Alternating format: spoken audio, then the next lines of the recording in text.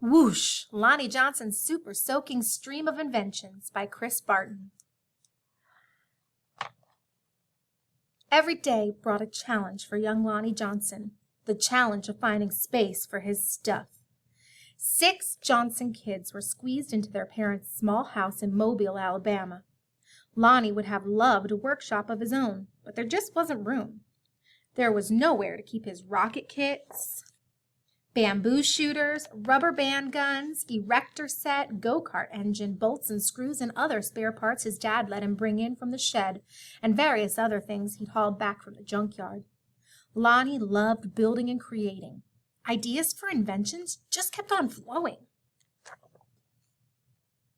He learned how to make rockets from scratch. Kids at school gathered to watch Lonnie launch them. And he learned how to make rocket fuel. When it caught fire in the kitchen, Lonnie's mom didn't make him stop. She just sent him to work outside. Lonnie wanted to spend his life designing things, building things, and getting them to work. He wanted to be an engineer. However, Lonnie took an exam that said he would not make a very good one. His dream had been challenged. Lonnie was discouraged, but he knew that whoever graded his test hadn't met Linux. Inspired by a TV show, Lonnie had built his own robot. He made it out of scrap metal and named it Linux. Compressed air cylinders and valves allowed Linux's body to turn and its arms to move. The switches came from an old broken jukebox. Lonnie used a tape recorder to program Linux, and as a bonus, the reels looked like eyes. Lonnie wanted to enter his creation in a science fair, but he couldn't get the transmitter to work. Without it, Lonnie couldn't send commands to Linux. Science fairs came and went.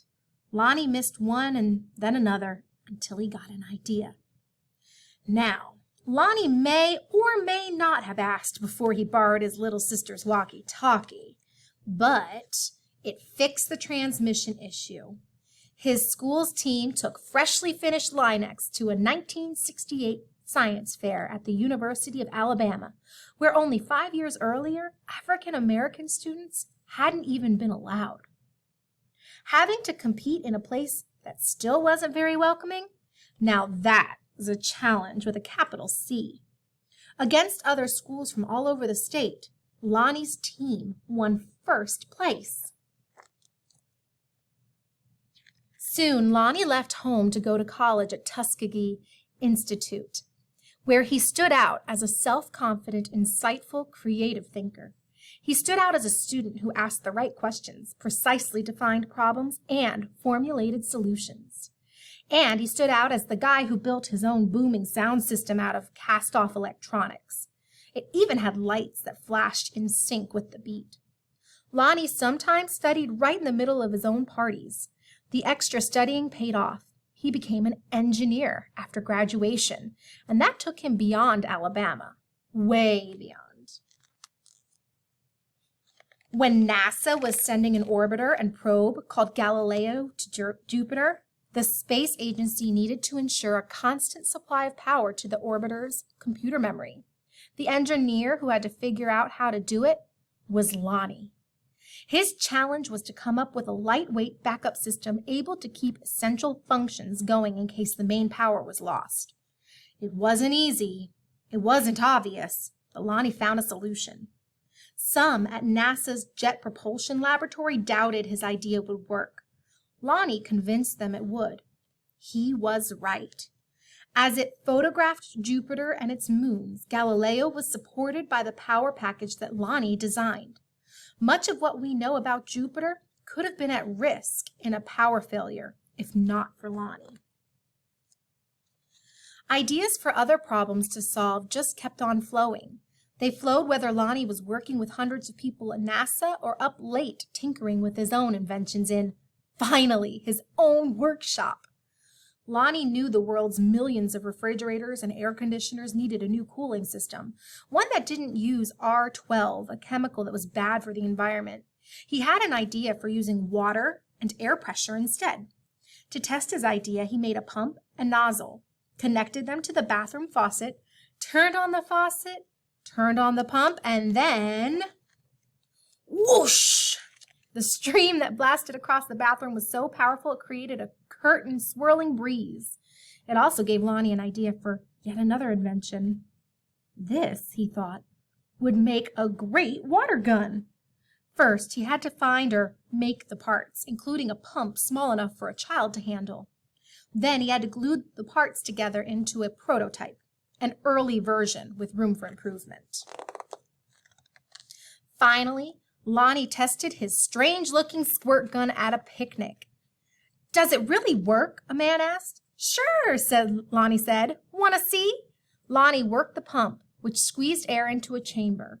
When he pulled the trigger, the air escaped, forcing water out with a whoosh. For a water battle to be a fair fight, there couldn't be just one of Lonnie's water guns. He needed help making more.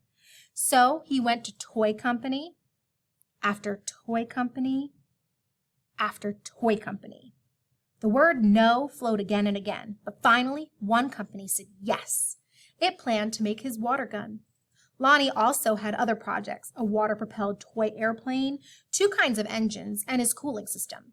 He found investors to provide the money for turning his ideas into products people could buy. He made a leap of faith, quit his day job, and devoted himself to full-time inventing.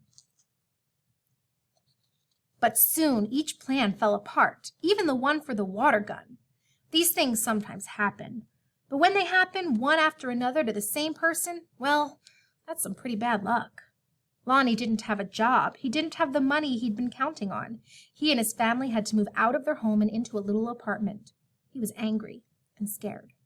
But Lonnie had dealt with challenges all his life. He knew a lot about solving problems, and he still believed in his inventions, especially the water gun. Lonnie went looking for another toy company. In 1989, he found a toy maker who was interested in seeing the water gun if Lonnie ever happened to be in Philadelphia. "But don't make a special trip," the guy said. Lonnie made a special trip. In his wife's suitcase, he carried a new prototype. He unpacked it, filled the tank with water, pumped the gun until the air pressure was good and high, and whoosh!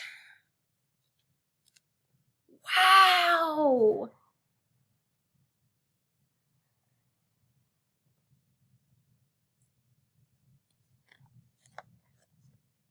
Kids everywhere agreed with that wow. Lonnie's water gun, called the Super Soaker, became a smash hit.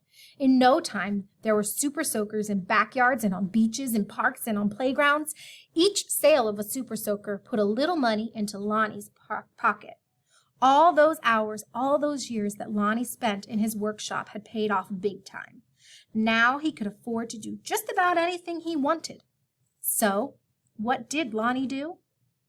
He got a bigger workshop, which is where you'll find him today, because facing challenges, solving problems, and building things are what Lonnie Johnson loves to do.